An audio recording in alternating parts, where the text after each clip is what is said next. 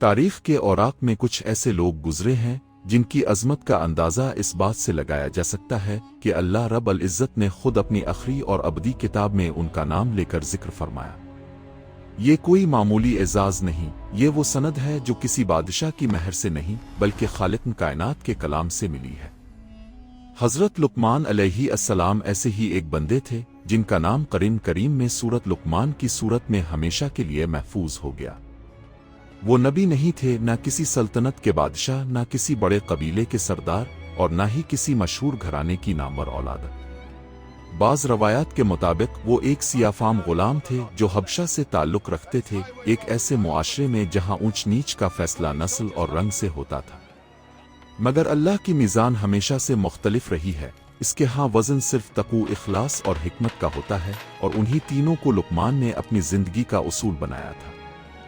یہی وجہ ہے کہ جب اللہ نے انہیں وہ دولت عطا کی جو بادشاہوں کے تاج میں نہیں سماتی، تو پوری دنیا نے دیکھا کہ اصل عزت کہاں سے ملتی ہے۔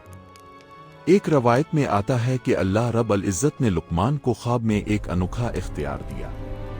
انہیں کہا گیا کہ تم دو چیزوں میں سے ایک کا انتخاب کر سکتے ہو، تو بادشاہت لے لو، پھر حکمت۔ لقمان نے ایک لمحہ بھی نہ سوچا اور فوراً کہا حکمت۔ یہ انتخاب کوئی سادہ جواب نہیں تھا، یہ اس انسان کا جواب تھا جو دنیا کی حقیقت کو سمجھ چکا تھا۔ بادشاہت کیا ہے؟ چند سالوں کی چمک، چند دہائیوں کا اقتدار، اور پھر خاک۔ تاریخ کتنے بادشاہوں کو یاد کرتی ہے جن کے نام آج کوئی نہیں جانتا؟ کتنے تخت و تاج ہیں جو وقت کی دھول میں دفن ہو گئے؟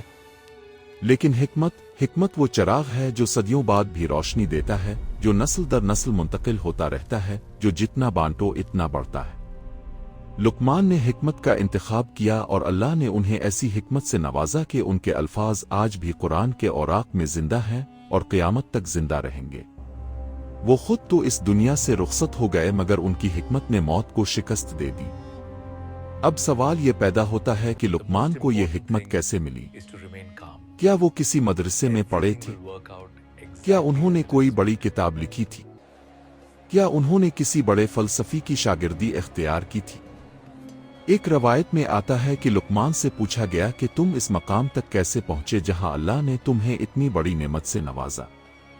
لقمان نے جواب دیا، سچ بولنے سے، امانت ادا کرنے سے، بیکار اور لغو باتوں کو چھوڑنے سے، اپنی نگاہ کو پاک رکھنے سے، اور زبان کو فضول گفتگو سے بچانے سے۔ یہ جواب سنیں اور غور کریں، یہ کوئی پیچیدہ فلسفہ نہیں ہے، یہ کوئی مشکل فارمولہ نہیں ہے۔